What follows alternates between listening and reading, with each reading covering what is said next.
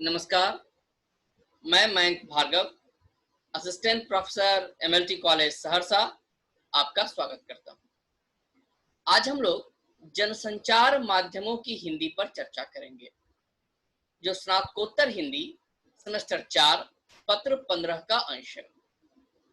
इस पत्र के अंतर्गत प्रयोजन मूलक हिंदी के विभिन्न रूपों की चर्चा हो रही है और इसमें 4 संवाद इस कड़ी में हो चुके हैं, जिसके अंतर्गत वैज्ञानिक और तकनीकी हिंदी, प्रशासनिक हिंदी, विधि की हिंदी और वाणिज्य और व्यावसायिक हिंदी पर चर्चा हो चुकी है।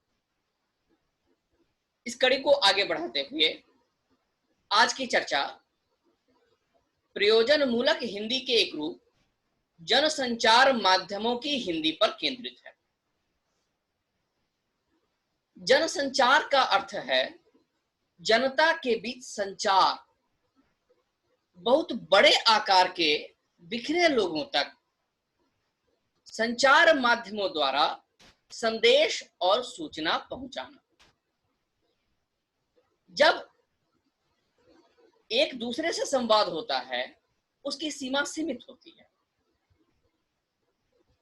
यदि एक समूह को बुला लिया जाए और वहां अपनी बात संप्रेषित की जाए, उसकी भी एक सीमा है। पर जनसंचार साधन बहुत बड़े आकार के समूह तक किसी संदेश और सूचना को पहुंचाते हैं। जन समुदाय तक मुद्रित सामग्री, इलेक्ट्रॉनिक मीडिया तथा लोक माध्यम आदि जैसे जन माध्यमों के सहारे विचारों, जानकारी, अनुभवों और मनोरंजन को पहुंचाने का कार्य इस माध्यम के द्वारा होता है। पत्र पत्रिकाएं, आकाशवाणी तथा दूरदर्शन जनसंचार के प्रमुख माध्यम कहे जाते हैं। हिंदी इस देश की संपर्क भाषा रही है, इसलिए इन माध्यमों के साथ उसका अटूट संबंध रहा है।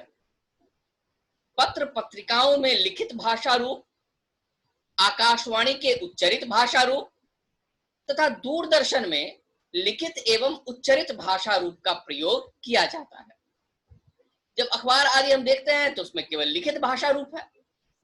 आकाशवाणी से सुनते हैं, रेडियो आदि से, तो वहां उच्चरित भाषा रूप है। दूरदर्शन में लिखित एवं उच्चरित दोनों भाषा रूपों का प्रयोग होता है। इन तीनों भाषा रूपों को मिलाकर समन्वित रूप में इन माध्यमों की हिंदी सामान्य हिंदी होती है। अर्थात जनसंचार माध्यमों की जो हिंदी होती है, उसका एक उद्देश्य होता है जनता तक अपनी बात को पहुंचाना। इसलिए इस हिंदी की भाषा अपेक्षाकृत सामान्य होती है। जैसे वैज्ञानिक एवं तकनीकी हिंदी की बात जब हम लोगों ने की, तो पता चला था कि भाई इसमें इस भाषा को समझने के लिए एक विशेषज्ञता चाहिए। अगर विधि की हिंदी की बात करें तो संविधान की भाषा, कानून की भाषा समझने के लिए हर व्यक्ति योग्य नहीं है। इस भाषा में को समझने के लिए भी एक विशेषज्ञता आवश्यक है। पर जनसंचार माध्यमों की हिंदी के साथ ऐसी बात नहीं है, क्योंकि इसका उद्देश्य हर तरह के दर्शक श्रोताओं तक अपनी बात पहुंचाना है। इसलिए जनसंचार माध्यमों की हिंदी का भाषा रूप सामान्य होता है। लोक माध्यमों को अगर छोड़ दिया जाए तो आधुनिक जनसंचार माध्यमों को 4 वर्गों में बांटा जा सकता है। पहला, शब्द संचार माध्यम अथवा मुद्रित माध्यम, जैसे समाचार पत्र, पत्रिकाएं, पुस्तकें आदि। दूसरा, श्रव्य संचार माध्यम, radio, audio, CD, cassette, tape recorder आदि। दृश्य संचार माध्यम, जिसमें टेलीविजन, वीडियो कैसेट, फिल्म आदि।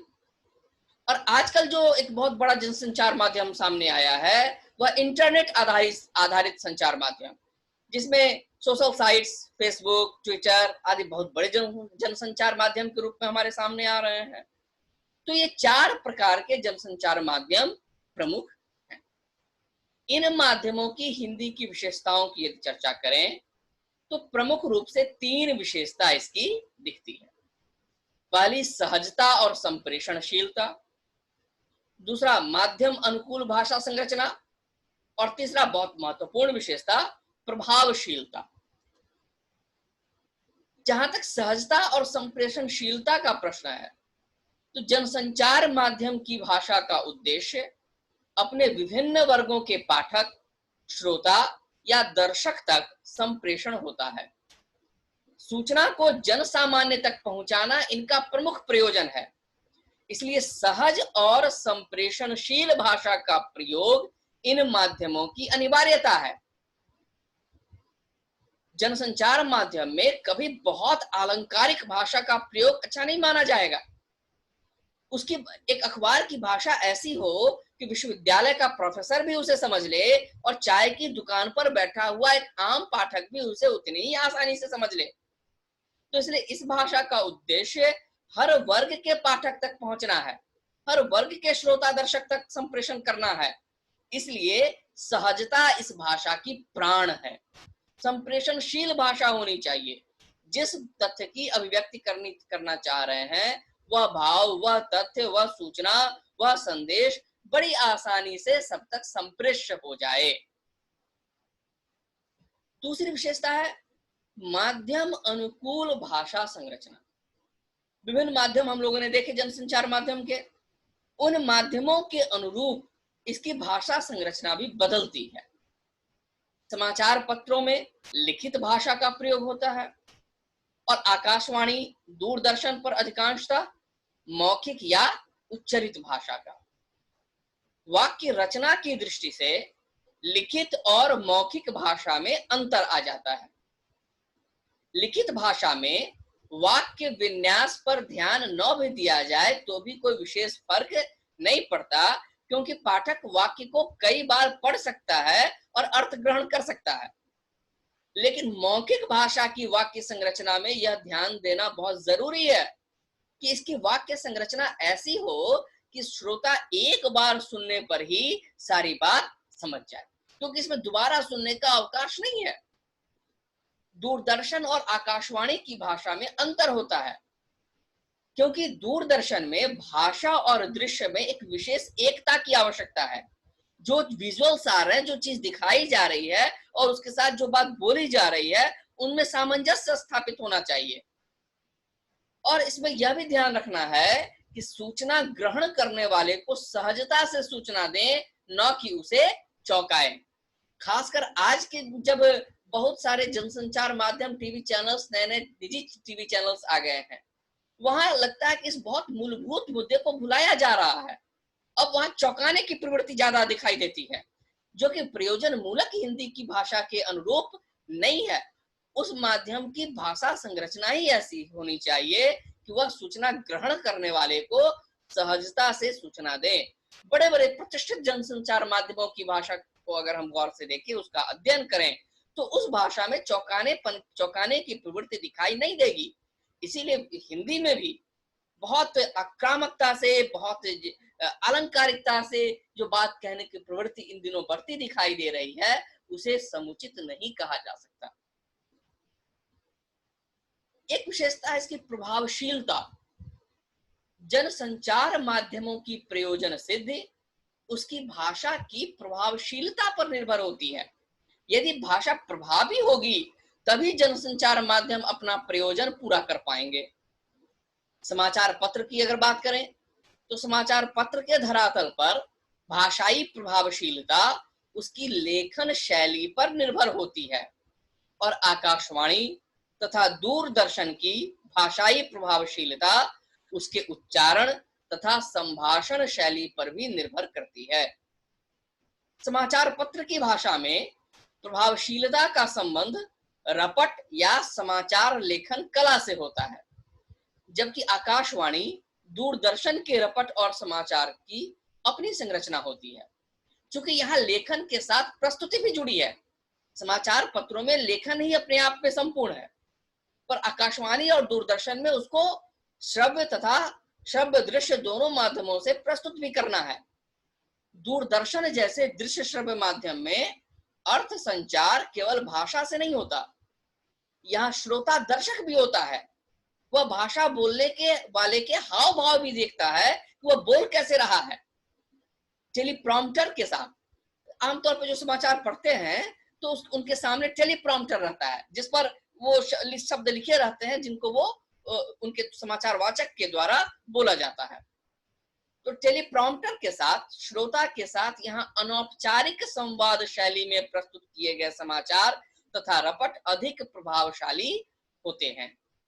शुरुआत में जो निजी चैनल से ज्यादा लोगों को आकर्षक लगे, क्योंकि उनमें अनौपचारिकता ज्यादा होती थी। तो यह उसकी एक विशेषता है कि अनौपचारिक शैली में यदि कोई बात कही जाए तो वह ज्यादा प्रभावी सिद्ध होती है। और इसमें बोलने के साथ साथ आंखों की दृष्टि, हाव भाव, ये सब प्रमुख हैं, क्योंकि चक्षु संचालन भी दिखाई देता है। आप जब टेलीप्रॉम्प्टर पढ़ रहे हैं तो आपकी आंखें कहाँ जा रही हैं, इसको भी बड़ा सिद्ध करना होता है कि नीचे लिखा हुआ है लेकिन आप कैमरे को देखते रहें। तो चक्षु संचालन के साथ वाचिक रूप में बलाघात, अनुतान और विराम भी यहाँ अर्थवाहक होते हैं। भाषा में अगर समाचार वाचक सही जगह बलाघात नहीं लेगा तो अर्थ का अनर्थ हो जाएगा। यदि विराम चिन्हों का प्रयोग सही जगह नहीं लगेगा तो बहुत दिक्कत हो जाएगी। भाषा विज्ञान में जो अक्सर यह उदाहरण दिया जाता है, रुको मत जाओ और रुको मत जाओ, केवल बलाघात और विराम की दृष्टि से बदलाव आ जाने पर अर्थ बहुत परिवर्तित हो जाता है। तो समाचार पढ़ते समय इसका ध्यान रखना बहुत आवश्यक है कि समाचार को प्रभावी होना है। तो जनसंचार माध्यमों की भाषा, यह जो प्रयोजन मूलक हिंदी का यह जो रूप है, इसकी सिद्धि इसकी प्रभावशीलता में है। इस भाषा को प्रभावी होना ही चाहिए। इन तीन मुख्य विशेषताओं के साथ कुछ और विशेषताओं की भी चर्चा की जा सकती है। जैसे एक विशेषता है ध्यान आकर्षकता। इस भाषा को ध्यान आकर्षित करने वाला होना चाहिए। ऐसी भाषा हो, क्योंकि आज के श्रोता के पास, आज के दर्शक के पास, आज के पाठक के पास समय ऐसे भी कम है। वह चाहता है कि जब उसकी नजर टिक जाए तभी वह पूरा समाचार पढ़ेगा। टीवी चैनल बदलते समय रिमोट पर उसके हाथ बेचैन रहते हैं। अगर प्रभावी भाषा नहीं होगी, अगर ध्यान आकर्षक नहीं होगा तो तुरंत समाचार चैनल बदल दिए जाएंगे। तो संचार माध्यम संदेशों के प्रेषक एवं ग्रहणकर्ता के मध्य भौतिक पुल के समान है। जैसे पुल से हम इधर से उधर चले जाते हैं, वैसे ही समाचार भेजने वाला और समाचार प्राप्त करने वाला, इनके बीच जो पुल है वह है संचार माध्यम। संचार माध्यम में परंपरागत संचार माध्यमों पर अगर विचार करें तो इसके अंतर्गत हरिकथा, उत्सव, त्योहार, ग्रामीण सभा, मेला, ग्रामीण नाटक, कठपुतली, कहानी, किस्सा, कव्वाली आदि आते हैं। इन सब के प्रयोजन से, इन सब के बहाने लोग एक साथ बैठते थे और वहां जनसंचार होता था, किसी संदेश को पहुंचाया जाता था। हम जानते हैं कि 1857 का जो विद्रोह हुआ उसमें बहुत सारी बातें सोनपुर मेला में कही जाती थी।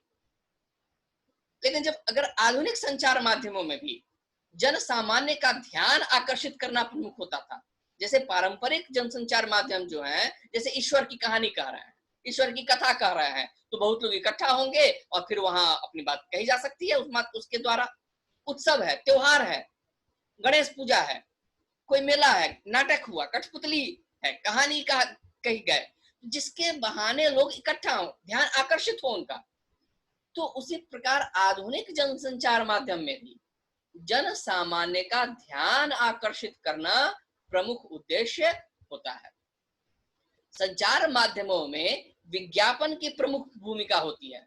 विज्ञापन के द्वारा भी लोगों का ध्यान आकर्षित किया जाता है। जैसे मुद्रित माध्यम में अक्षरों एवं कागज के विभिन्न रंगों का वर्णन, तरह तरह के रंगों का प्रयोग हो, अक्षरों के आकार का प्रयोग किया जाता है जिससे लोगों का ध्यान आकर्षित हो।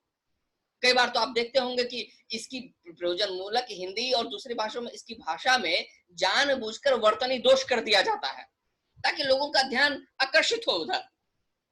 विभिन्न चित्रों एवं आकृतियों का प्रयोग किया जाता है, विभिन्न आकार का प्रयोग किया जाता है।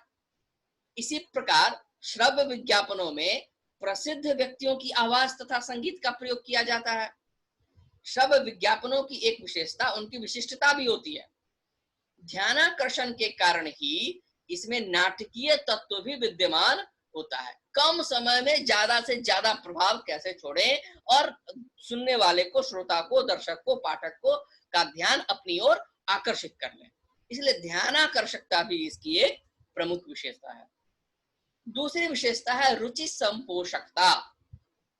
जनसंचार माध्यमों में उपभोक्ताओं की रुचि का ध्यान भी रखा जाता है।